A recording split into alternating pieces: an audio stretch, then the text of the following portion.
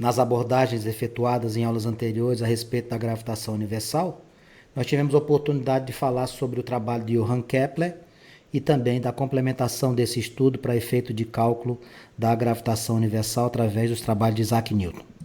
Irei efetuar as resoluções da frente 1 de Física, módulo 11, mas antes disso, relembrarei contigo as leis de Kepler, a lei da gravitação universal e os cálculos das velocidades dos satélites. Para que a gente possa trabalhar os conteúdos de hoje, lembrando as 3 leis de Kepler. Johann Kepler traz para nós a primeira lei, que é a lei das órbitas. Ele diz o seguinte: quando os planetas estão em órbitas em relação ao Sol, eles irão ocupar um dos focos de uma elipse. Então, esse primeiro momento de abordagem do Kepler muda completamente a visão que o seu principal defensor tinha, que eram as órbitas circulares, que era o trabalho efetuado por Tycho Brahe, e que Kepler modifica essa percepção após a morte de Tycho Brahe. Qual é a primeira lei de Kepler? Existe sim um movimento dos planetas ao redor do Sol, só que esse movimento não tem trajetória perfeitamente circular. A trajetória dos planetas ao redor do Sol são trajetórias de quê? De formatação elíptico, oval. Isso vale para o planeta ao redor do Sol, como vale também para os satélites que ficam orbitando ao redor de determinado planeta. Então, essa é a primeira lei. Nós teremos um formato elíptico e os corpos irão ocupar um dos focos da elipse, ok? A segunda lei de Kepler, ele trata o seguinte, que os planetas ao redor do Sol, eles não possuem uma velocidade constante. Em determinados momentos de sua trajetória, a velocidade de translação desse planeta vai variar. Ela será maior quando estiver mais próximo ao Sol e será menor quando estiver mais distante. O local de afastamento do planeta em relação ao Sol de maior intensidade, ou seja, maior medida, a gente vai chamar de afélio. E o local de menor distância ou maior aproximação, nós vamos chamar essa região de periélio. E a segunda lei de Kepler vai ser pautada nessa condição da variável de velocidade de translação. Segunda lei de Kepler afirma o quê? A linha que liga o centro do Sol ao centro do planeta vai varrer áreas iguais em intervalos de tempos iguais. E a terceira e última lei, que é a que mais me impressiona, é a terceira lei que diz o seguinte: quando eu analiso os movimentos elípticos dos planetas em relação ao Sol, e eu faço uma divisão entre o quadrado do período, ou seja, o tempo de revolução, e o cubo dos raios médios, ou seja, T2 sobre R3, para todos os planetas do Sistema Solar, eu vou ter um valor muito próximo, que eu chamo de constante K. Essa constante K é o valor que Kepler chamou de constante para que a gente pudesse fazer, através das unidades astronômicas, que é a medida que a gente vai usar para o raio da órbita da Terra, um comparativo com todos os planetas do Sistema Solar. Olha que coisa impressionante. Você pega, por exemplo, aqui, Mercúrio, seu período de revolução, quanto tempo ele gasta para dar uma volta ao redor do Sol? 0,241 ano. O raio, quando você pega esse período ao quadrado e divide por esse raio ao cubo, o valor dá 1,002. Você pega Vênus, 0,615 ao quadrado, 0,723 ao cubo, faz essa razão, você encontra 1. Você pega a Terra, 1 dividido por 1 dá 1. Marte, 1,888 dividido por 1,524 elevado ao quadrado e ao cubo, você vai encontrar 0,999. Onde é que você quer chegar, Vanks? Eu quero chegar na impressionante dedução de Johann Kepler, que dividindo o período de revolução ao quadrado de qualquer um dos planetas do Sistema Solar pelo seu raio ao cubo, vai dar sempre um valor próximo de quanto? De 1. Impressionante, tá bom?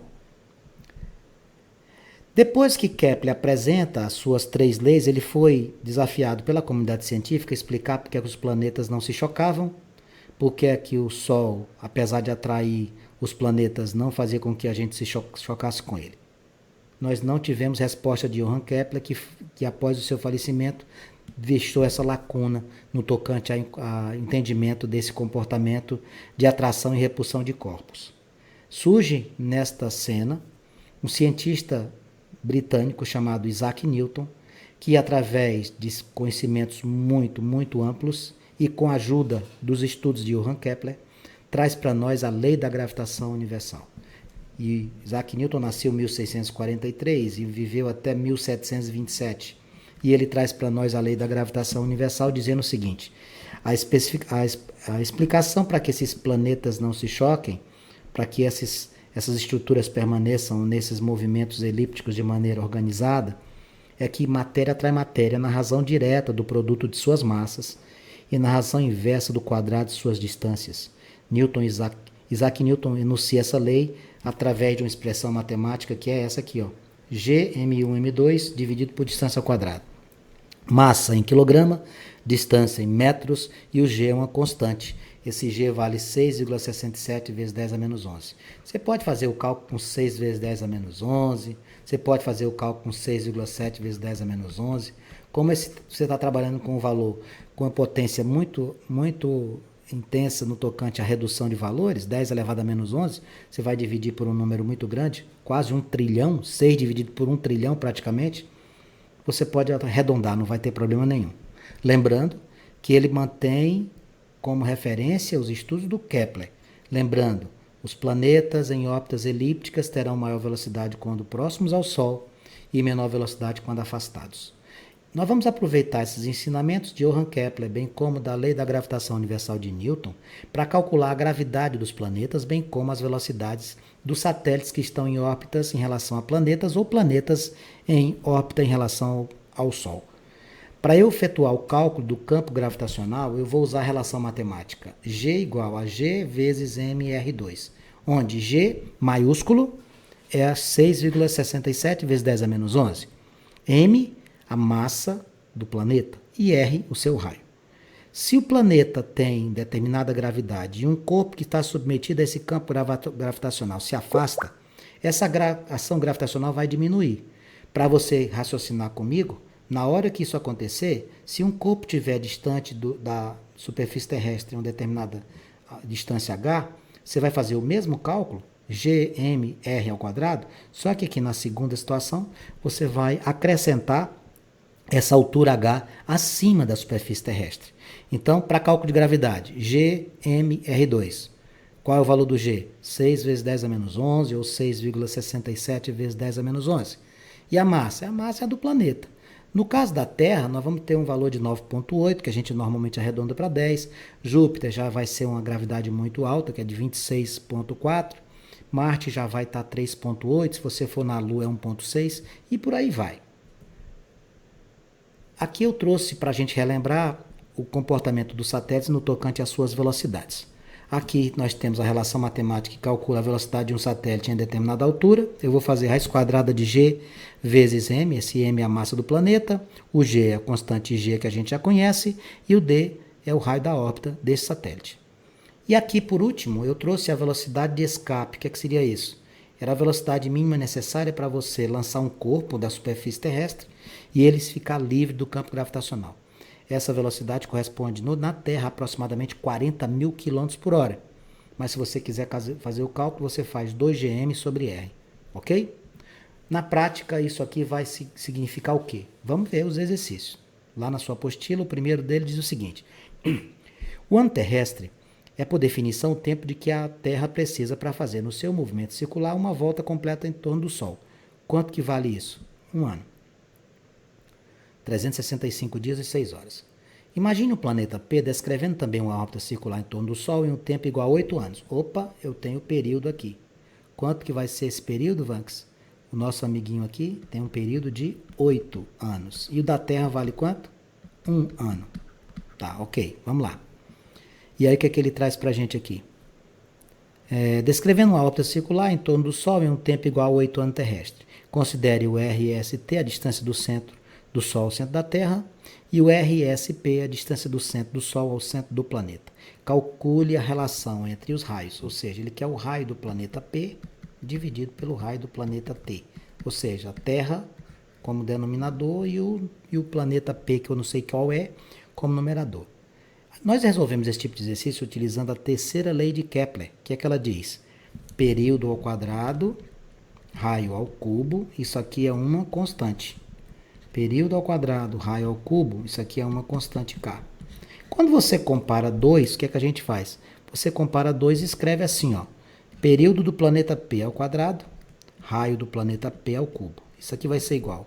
Período da Terra ao quadrado, raio da Terra ao cubo. Pronto. Van, que eu estou procurando é a razão entre eles. O que, é que você vai fazer? Sugestão? Multiplique cruzado. RP elevado ao cubo igual, vezes período da Terra ao quadrado igual a RT ao cubo vezes período P ao quadrado. Passe o raio dividindo, vai ficar RP a terceira sobre RT a terceira igual a TP ao quadrado dividido por T da Terra ao quadrado. O que, é que você está procurando? Você está procurando RP sobre RT, tá vendo?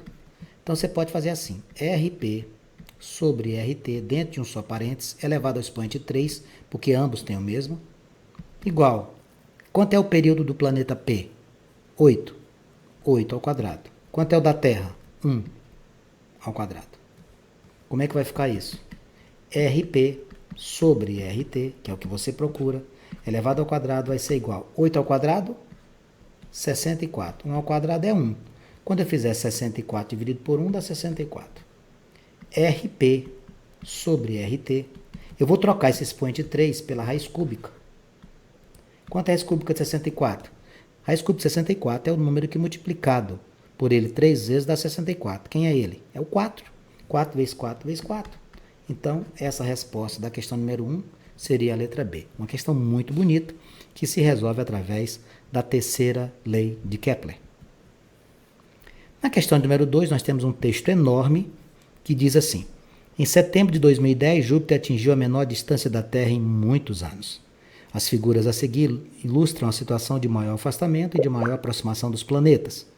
Considerando que suas órbitas circulares, os raios são os seguintes. Opa, vai começando a anotar as informações, pessoal. Anote as informações, porque isso aqui é lei de Kepler, não tem jeito. Vamos lá. Quanto é o raio da Terra? O raio da Terra mede 1,10 elevado a 11. 1,5 vezes 10 a 11. Quanto é o raio de Júpiter? O de Júpiter vale 7,5 vezes 10 a 11. Continua o exercício. De acordo com a terceira lei de Kepler, o período de revolução e o raio da órbita desses planetas pode ser calculado pela fórmula. Isso aqui eu não vou nem olhar. Isso aqui é a terceira lei de Kepler, a gente já conhece. Como é que a gente faz isso? Período ao quadrado, raio ao cubo. Isso aqui é a constante. É só você lembrar disso aqui, terceira lei. Aí ele diz assim: considerando as órbitas circulares representadas na figura, qual o valor do período em anos terrestres de Júpiter? Quanto é o período de revolução? Quanto é o tempo da Terra para dar uma volta no Sol? É 1 ano. Quanto que é o de Júpiter? É o que eu quero. Como é que eu vou resolver isso? Ô, meus queridos, a gente vai fazer isso aqui fazendo uso de quem?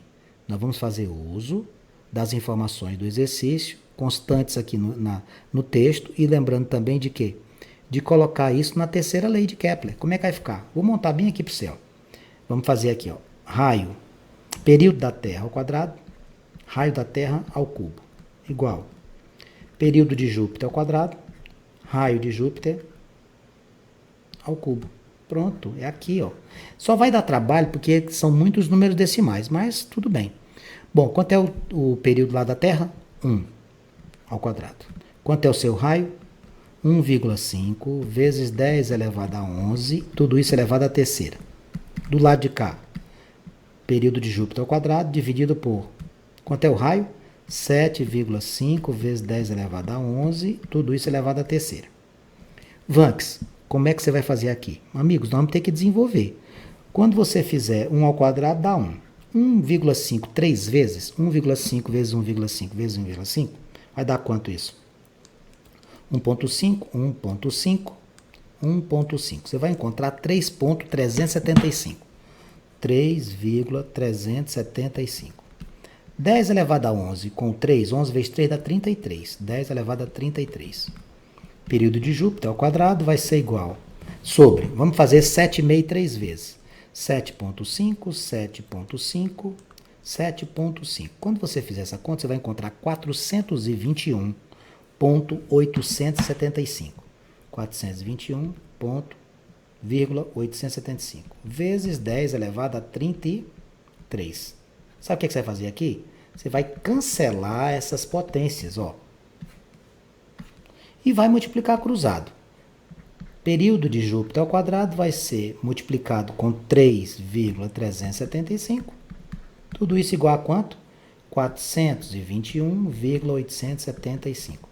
O perímetro de Júpiter ao quadrado vai ser 421,875 dividido por 3,375. Vamos fazer essa conta. 421,875, 3,375 divide. Isso aqui vai me dar 125. O período de Júpiter ao quadrado é 125. Isso aqui vai dar quanto? Raiz quadrada de 125. Amigos, a raiz mais próxima de 125, raiz exata, é 11. 11 vezes 11 dá 121. Então, a raiz quadrada de 125 vai ser aproximadamente 11, alguma coisa, aproximadamente 12. Na prática, se eu for fazer isso aqui com mais riqueza mesmo, querendo ser bem criterioso, eu vou encontrar, sabe quanto? Eu vou encontrar 11,2. 11,2. Só que assim, o autor ele pede o valor mais aproximado, ele dá as alternativas 0,1, 5, 12, 125 e 250. O mais próximo de 11,2 aqui seria a letra C. Olha que questão bonita. Trabalhosa? Trabalhosa, com alguns cálculos que exigiriam de você muita atenção. Questão de número 3, ele diz assim: o ano de 2009 foi o Ano Internacional da Astronomia. Há 400 anos, Galileu apontou um telescópio para o céu e mudou a maneira de ver o mundo, o universo e a nós mesmos. Em seu movimento em torno do Sol, o nosso planeta obedece às leis de Kepler. A tabela a seguir mostra em ordem alfabética os planetas mais próximos do Sol. Vamos pensar aqui. Está aqui o Sol. Quanto mais longe do Sol, maior o período. Concorda comigo? Ó, está aqui um raio. Está aqui o raio 1, está aqui o raio 2. O que é que acontece? Quem está no lugar mais distante, amigos, quem está no lugar mais distante, demora mais a completar o seu ciclo. Qual o raciocínio que você vai ter? Lembrar da terceira lei de Kepler. T2 sobre R3 é igual a uma constante. O que é que a gente pode concluir aqui? O que é que a gente pode concluir? T e R, o que é que vai acontecer? Maior raio, ou seja, maior distância, vai ter maior período, ó. Você vai demorar mais, ó. Demora mais. Dá uma olhadinha nos quatro planetas que ele deu aqui, as distâncias. Quem é o mais distante aqui? Mais distante aqui, 227,8, 57,8, 149, 106. O mais distante é Marte, tá? Distância média. Seguido de quem? Seguido da Terra, depois de Vênus e, por último, de Mercúrio. Então, o que é que eu posso concluir aqui? Ó? Em relação aos períodos, o período de Marte é o maior. Depois, o da Terra. Depois, não, da Terra, depois vem quem? De Vênus. E o menor de todos seria quem? O de Mercúrio. Significa dizer que em Marte, um ano, o tempo deles é muito mais longo do que o nosso. Uma volta demora mais que na Terra, que por sua vez demora mais que em Vênus, que por sua vez demora mais que em Mercúrio. Vamos ver as alternativas aqui, o que a gente tem? Letra A. Vênus leva mais tempo para dar uma volta completa em torno do Sol do que a Terra. Não, a Terra é mais. A ordem crescente de afastamento desses planetas em relação ao Sol é Marte, Terra, Vênus e Mercúrio. Não é ordem crescente não, pessoal. É ordem decrescente. Marte é o planeta que demora menos tempo para dar uma volta. É quem demora mais. Mercúrio leva menos de um ano para dar uma volta completa no Sol. Mercúrio leva menos de um ano? A Terra leva um ano. Mercúrio é menos de um ano? É. Resposta D. Por quê? Porque na sequência ali, ó, se eu quisesse fazer uma analogia, Marte demora mais de um ano para dar uma volta na Terra, enquanto que Vênus e Mercúrio, que são períodos menores que a Terra, demoram menos de um ano. Resposta à questão número 3 seria a letra D. A questão número 4 diz assim: a força de atração gravitacional entre dois corpos de massa M maiúsculo e M minúsculo são separados de uma distância D, tem determinada intensidade F. Isso aqui é a lei da gravitação universal. Vamos escrevê-la. Matéria atrai matéria na razão direta do produto de suas massas e na razão inversa do quadrado de suas distâncias. Grande Newton. Grande Newton. Aí ele diz assim: a força de atração gravitacional entre dois outros corpos de massa M2 e M2, separados pela distância D2. O que é que você pode concluir? Bom, você vai fazer esse mesmo cálculo, Ó, o segundo corpo, você vai fazer tudo de acordo com Newton, só que você vai fazer como aqui? G que multiplica m sobre 2 vezes mzinho sobre 2 sobre d2 ao quadrado. O que é que vai acontecer com esse F' aqui? Que é a nova força, a outra força. G, m vezes m sobre 2 vezes 2, 4. Aqui embaixo, d ao quadrado, 2 ao quadrado, 4. Você está vendo que é uma divisão de frações que tem os mesmos denominadores? Você pode cancelar o 4 com 4. Quem é o nosso F'? G, m, distância ao quadrado. Me diz uma coisa, o que é que o F' é? O F' é igual exatamente ao F, ó. Quando você reduz a massa dos corpos pela metade, bem como as distâncias, os valores permanecem idênticos. A minha resposta seria quem? A letra C. Às vezes o aluno vê uma questão dessa, fica preocupado com o texto, não tenta, já se entrega. Não seja assim. O 5 diz o seguinte: considera-se que o planeta Marte possui 1/10 da massa da Terra. Seria interessante a gente já começar a anotar as informações?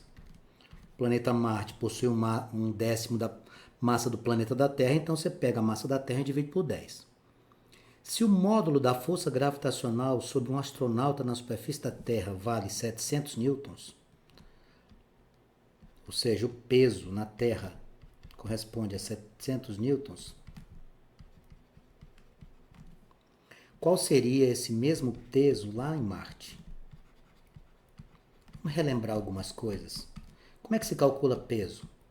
Peso é massa vezes gravidade. Então, meus amigos, eu sei que na Terra a gravidade vale 10 metros por segundo ao quadrado.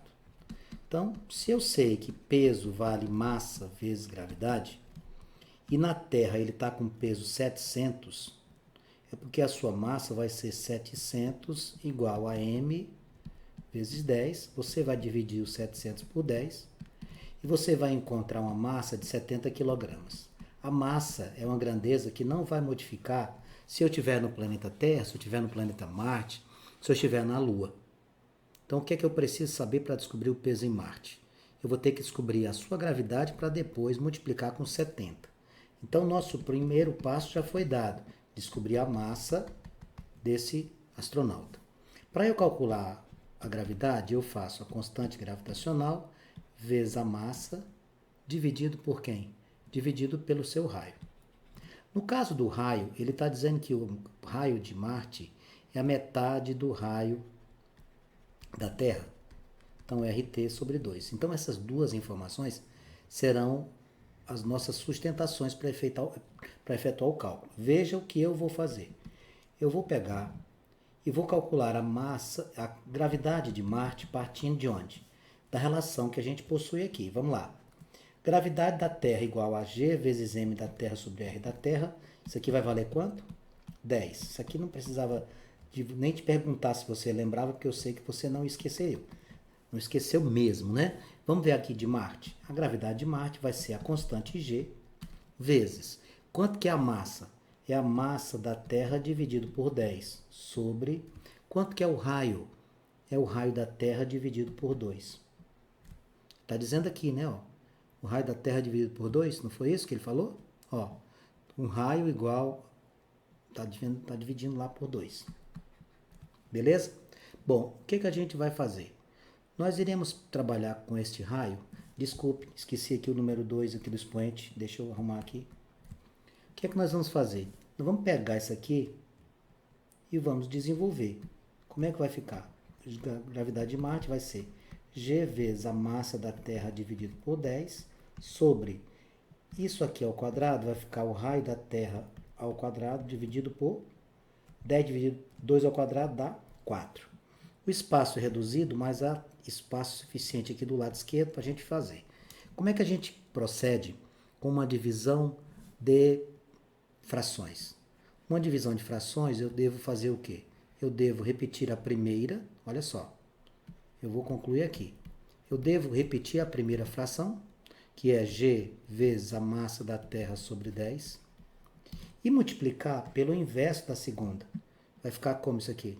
Vai ficar 4 sobre RT ao quadrado. Nossa gravidade vai ser igual a...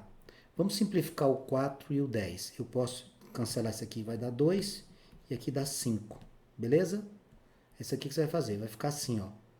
2 quintos vezes GMT sobre o raio da Terra ao quadrado. Quanto que vale essa estrutura aqui? Isso aqui nada mais é do que a gravidade na Terra.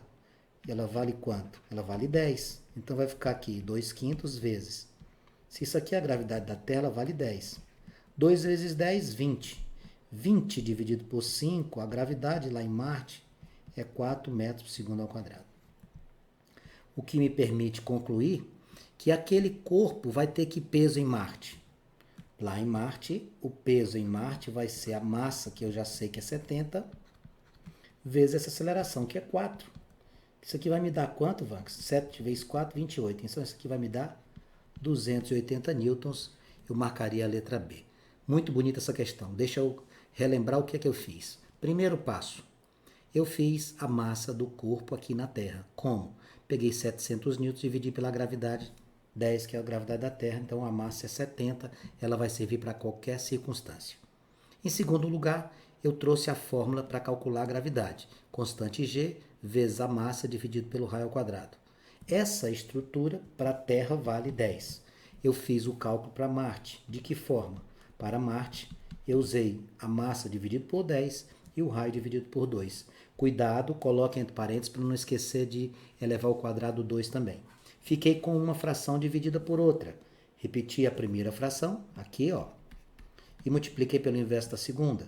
Eu obtive G, massa da Terra, raio da Terra ao quadrado, multiplicado por 2 quintos. Essa estrutura que eu circulei vale 10. 2 vezes 10, 20, dividido por 5 dá 4. A minha conclusão foi aqui. Qual, Vanx? Peso de Marte vai ser 70 vezes 4, 280 newtons. A questão de número 5 de nossa sequência de exercícios. No poema O que se afasta, o eu poético de Sísifo, desce a montanha e afirma por comparação que as coisas perdem seu peso e gravidade, percepção que está relacionada ao envelhecimento do homem. De repente você começa a se despedir das pessoas, paisagens, objetos, como se um trem fosse se afastando. Aproveitando o ensejo literário, imagine um objeto próximo à superfície da Terra, uma situação hipotética, porém sem abrir mão de seus importantes conhecimentos de física. Supondo a possibilidade de haver alteração no raio e ou na massa da Terra, assinale a opção que traz uma hipótese que justificaria a diminuição do peso. Isso aqui tudo para saber o seguinte, o que é que a gente faria para diminuir o peso? Bom, o que é peso? Vanx, peso é massa vezes gravidade. Tá, peso é massa vezes gravidade, não tem dúvida, né? Como é que a gente calcula a gravidade? G vezes a massa do planeta dividido por quem? Pelo seu raio ao quadrado.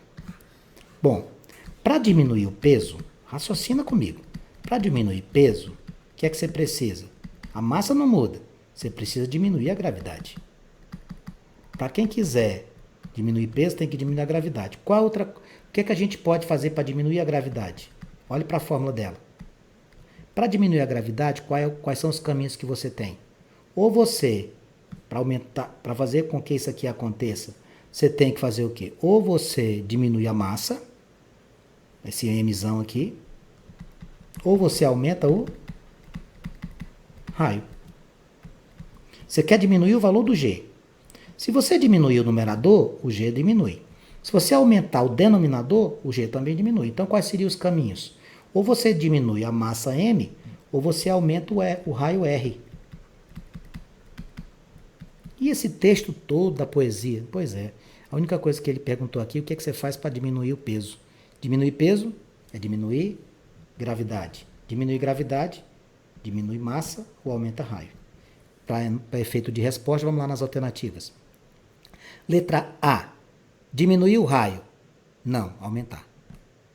Aumentar a massa. Não, diminuir. Aumentar o raio, sim, e diminuir a massa. Certo. Questão número 6, letra C. Essa seria a alternativa correta. Eu convido a você a tentar fazer as demais questões. Nós iremos fazer a correção dela em momento futuro, porque o nosso tempo já se esgotou.